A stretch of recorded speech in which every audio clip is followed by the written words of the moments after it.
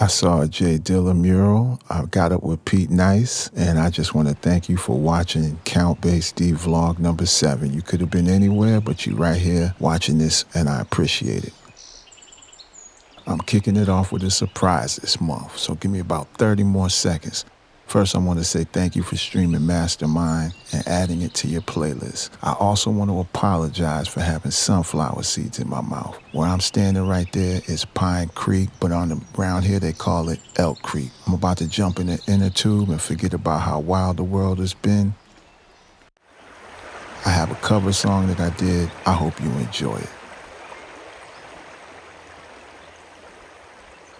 She'll only come out at night, the lean and hungry type. Nothing is new, I've seen her here before. I guess that's your style. Watching and waiting. Oh, she's sitting with you, but her eyes are on the door. Sometimes you well, I guess that's your style.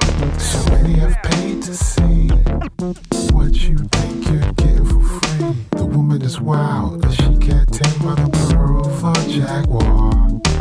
Money's the matter. If you're in it for love, you ain't gon' get too far. Sometimes you well, I guess that's your style. Oh, here she comes. Sometimes you well. Oh, here she comes. Sometimes you well, I guess that's your style. Oh, here she comes. Sometimes you well. Sometimes you well, I guess that's your style. Sometimes you well. Sometimes you well, I guess that's your style. Sometimes you well. Sometimes you well, I guess that's your style. All right. In an effort to say less, I will allow you to listen to the piece and enjoy the piece that I had floating down Pine Creek, otherwise known as Elk Creek.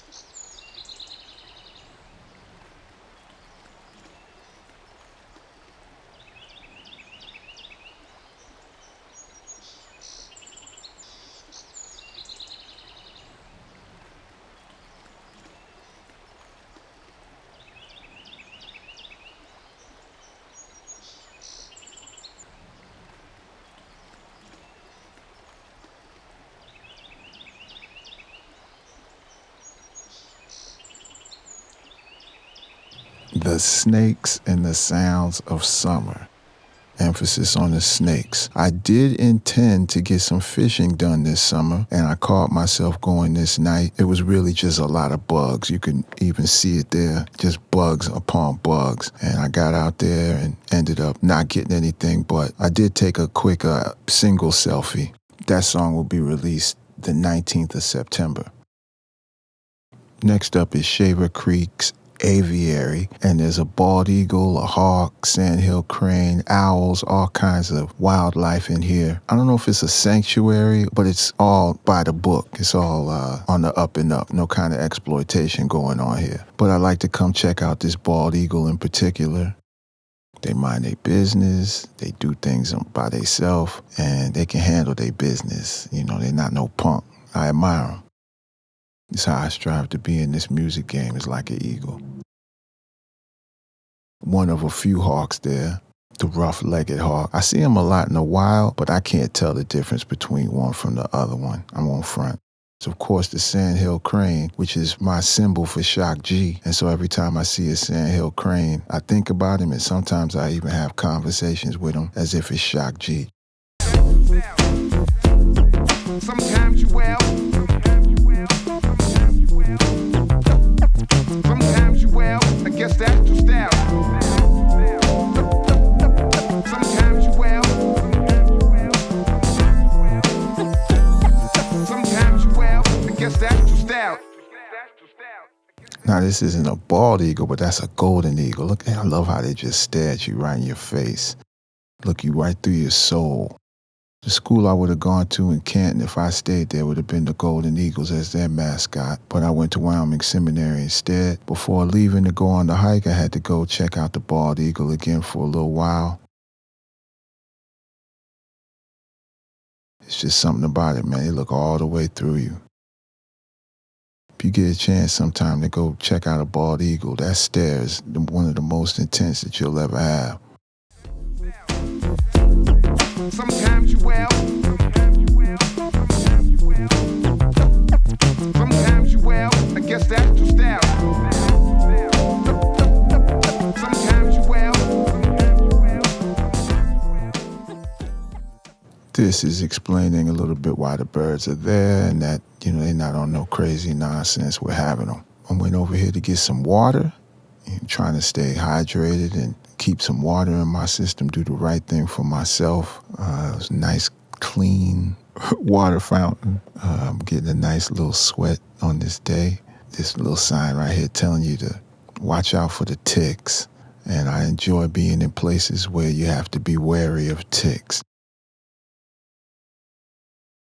All of the little hikes around in my area usually aren't overly populated with a bunch of people. Even during the pandemic, all of these places were still kind of wide open. I usually never run into a bunch of crowds. That's what makes out here so special. You go on these places and you expect some solitude, but a lot of times you go to some of these places and there's a lot of other people out here searching for the same solitude. So you end up feeling like you're at a shopping mall as opposed to a remote hike somewhere. Not here. Shavers Creek is cool.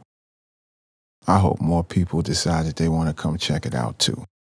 A gentle reminder that I have a CD, a t-shirt, vinyl, and cassettes for sale at countbasedee.com.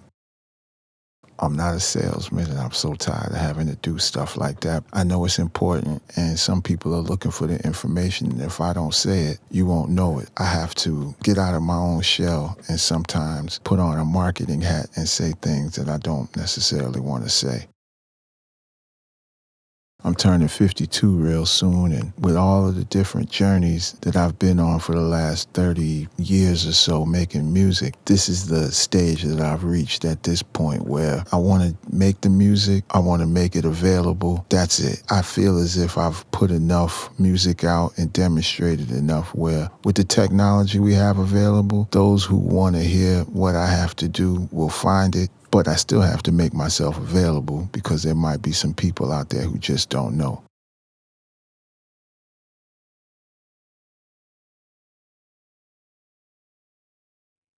Those are some of the cyclists.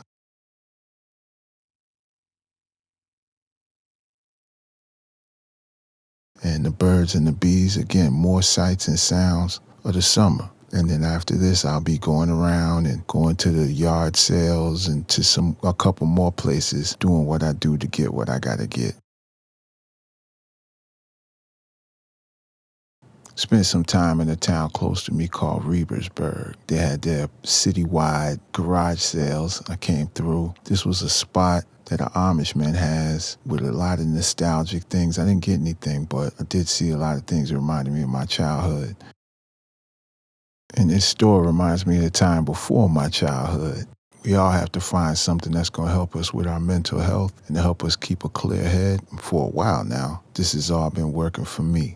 Very basic expectations, no top 10 lists, no hot person. You can see where I live. I'm not really trying to be in the mix. I just want to do my thing and stay out of everybody's way. When I was younger, I guess I had more aspirations of making a bigger impact. Now all I want to do is just be left alone, have enough to handle my needs, curtail my wants, and I know that at that point, everything will be manageable. Happy is manageable. As I became grateful for being able to manage things, that's where the joy, the glee, the smile on my face, the pep in my step, that's where those things came back from after a lot of times of some hardship. Thank you for watching my videos and listening to my music, because all of that has helped things be manageable. I take time to put time into the craft, but I see a lot of young artists who really take a lot of time to put time into the craft, and they're fighting and fighting just to be heard because they came at a time where there's so many more distractions. I know a lot of people who don't listen to nothing. The entire record store in their pocket, and they don't listen to nothing. I always tell young artists, this is the time to be as good as you possibly can, to really work on the skill set, because trying to be big, it's not that kind of time right now. You probably don't have the investment, and the only way to try to get a lot of attention is usually by doing something that don't have nothing to do with music or anything creative. And then in order to then keep their attention, you're going to have to keep doing whatever you did to get their attention, which is, again, something that don't have to do with your creativity, and it's not sustainable. Okay, enough. I saw a rainbow on a strange day with an inflatable jumping around. Soon I'd be going back to see who the Pirates were going to pick in the Major League Baseball draft. The baseball team I follow has taught me so much about life this year, so many life lessons about winning and losing and doing it with grace or not. We ended up picking up a guy, Seth Hernandez, who was a high schooler. I think he's out of California, a pitcher. I also watched the home run derby during All-Star weekend. O'Neal Cruz from our team came in second place, but that guy right there, Cal Rowley, was not a joke. Paul Skeen started. He's given us something to cheer for and to look forward to, regardless of how the rest of the team's been playing. And keeping with that theme, I came to Pittsburgh for the Mac Miller Bobblehead Day. The Yinzer Palooza was a whole big celebration of the city of Pittsburgh. If you've been watching these for a while, you know I got a thing for these pie plates. And I saw during my thrifting and sourcing this Mac machine sign. That's old school right there. But again, it's Pittsburgh. So I'm here, and as you can see the line on the left side, that goes all the way down the river. That's a line that then comes across this entire bridge to go to the stadium. That's people waiting in line for the Mac Miller bobbleheads. It was tough. I walked, and I was planning on going to the right field entrance, which is where the Bill Mazeroski statue is, thinking that it was going to help me get in a little bit faster, which it did. But things didn't go always according to plan. But for now, I'm enjoying the bridges. It was a beautiful day. As you can see here, I'm coming to the Fort Duquesne Bridge is where I ended up standing, and the line stretched all the way down there. My sister was with me, and one of her favorite songs is Criminal Minded. Check this out. Look at that. So it was real wild to run into somebody with a BDP t-shirt on. But we sitting here, there's a statue, and so I'm getting closer and closer, right? Come all the way through security, and boom, they tell us, sorry, we're out of bobbleheads. I saw the last ones being given out, so there was some finagling going on. That's my homeboy Gennaro right there from Nashville. He was in town too, so we had some seats next to each other. So I'm going through, that's Mac Miller's mother throwing out the first pitch, and I'm just trying to get my act together because I was so heated. But there was some finagling and stuff that went on my behalf, and I was able to procure a bobblehead, which was the whole reason. But his shirts were sold out. Everything was sold out. It was very well attended and very well supported, and it was great to see because a guy that comes from the hip-hop culture to be celebrated in that way by his city was cool to see.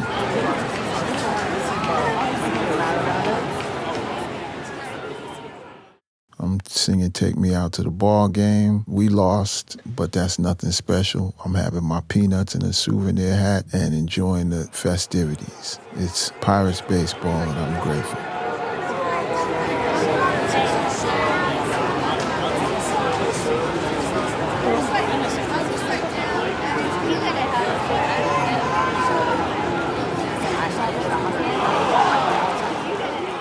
This is me putting the bobblehead on my record shelf. There's been a couple of editions also. And this is me at the Goodwill Outlet in Pittsburgh, one of them at least. And I don't think I got anything really out of here this time, but I like to see the items, the old books and things. Again, check some of the records. This might have been just a different Goodwill. Went to another one. This is Joe Dogg's. I used to use his cookbooks a lot. This is his biography and might have been, I guess, the autobiography. I enjoyed that as well. When I'm in Pittsburgh or around, I'm a freight train guy, I'm just going to, if I get an opportunity to see the pieces, I'm going to look at the pieces. To some people, it's an eyesore, but for me, some art that I identify with, and I'm always thrilled when I get an opportunity to see it. And so I'm sharing you some of the stuff that I saw.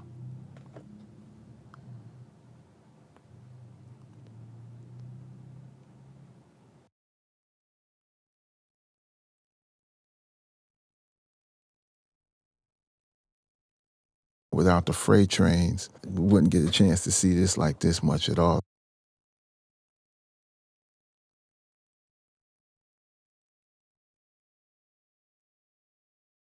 So I had heard that the person who signed me to my very first record deal, Pete Nice, was in town. He was going to be giving a talk in the Hill District with Paradise Gray from X-Clan. So I extended my trip and figured that I would run into Pete Nice for the first time in over 30 years. So I'm looking at the mural in the Hill District. I'm at the Kaufman Center is where it was going to be located, which is right across the street from this mural. And so I came in, which was wild too, because there was a J Dilla mural there. So it's just wild to see the impact that he's had on this, man. He's done so much for this game. It's a shame that he's not here, but wow, what an impact that he's made. So this is me running into Pete Nice. First time in over 30 years, but he's the one who gave me my shot and made it to where I was going to be Count Bass D for the rest of my life, a major record deal. A lot of the other Pittsburgh luminaries ran into my good homeboy Bus Crates. Y'all look up his music if you don't know who he is. There's Pete and Paradise and some of the other luminaries giving a talk. He took a big photo for posterity's sake.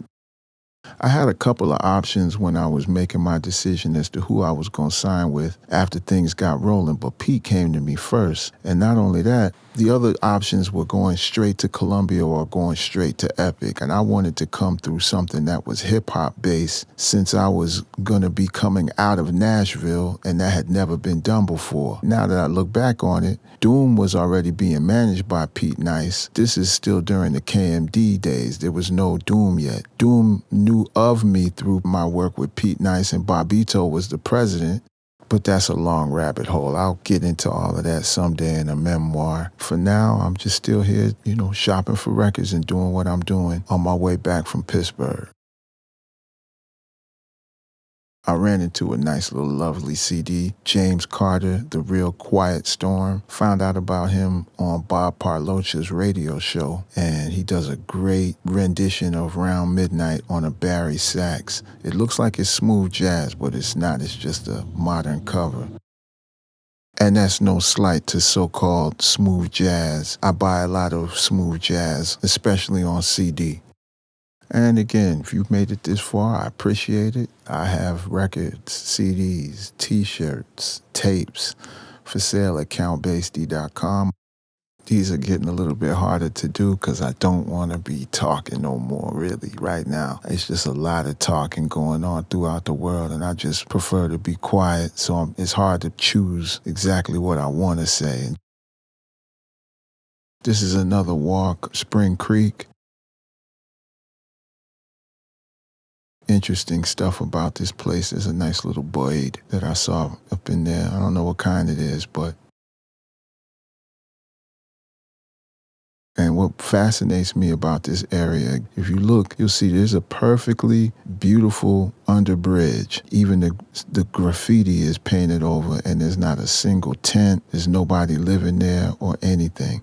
And there's some people who live here who are kind of tired of the place. I think they sort of take it for granted because they don't know if they move away, it's not going to be like this in most cities. You know, when I traveled and toured all over the United States, I got a chance to see it all from Seattle, Washington, to San Ysidro, to Miami, all the way up to Portland, Maine. I've been around this place twice. There's a reason why I'm here. I had a chance to sample a lot of different areas of the country. I choose to be here.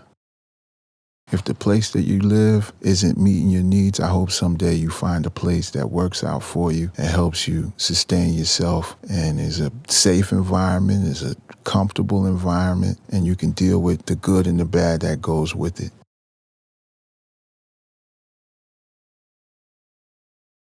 No place is paradise, and I'm not trying to sell this place like it's some kind of a whatever. This is what works for me. And everything I say, I'm just speaking about what works for me. I'm hoping that you take what I say and how I speak about it as far as it pertains to my life, and you figure out what works for you. Baseball. So we're going to go ahead and end it with some more baseball. This time it's Altoona Curve, the minor league team, the AA team for the Pittsburgh Pirates. This is a lot closer than going to Pittsburgh to see baseball, and it's a lot more cost conscious. But again, Termar Johnson, checking him out. He didn't get a hit the first time, but he came back and got a hit this second time. And I'm still following his career, and he's one of the main reasons why I come to the Altoona Curve games. I want to see him go all the way and make it all the way up to the big leagues. This is it, square life. This is what it's like. Outside of inspiration and being in the studio, these are my activities.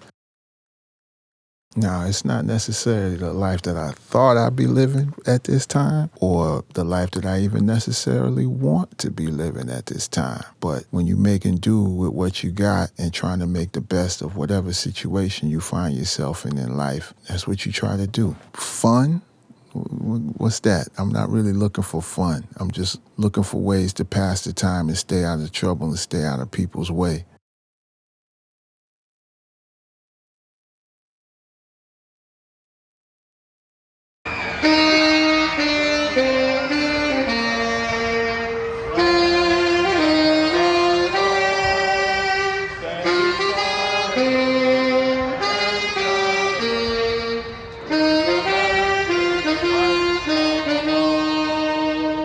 So remember when I was in the Bronx and I went up to Irving Berlin's grave? Well, he wrote that. Friday, I see this. I was inches away from being on that soundtrack. But again, that's another big old story, another time. Found a Neil Walker bobblehead and a GRP CD. And I passed on to Tolstoy. And for the last time, I'm in Rebersburg, and I caught a photo op with an Amish buggy while they weren't in it, because I don't like to take pictures of them or anything like that, but I will take pictures of their stuff. There was some records out. There's a nice little break on this Liberace record, and I buy Amy Grant records because they remind me of my childhood. And I just want to thank you again for watching the number 7 vlog, Count Base D 2025. Until next time.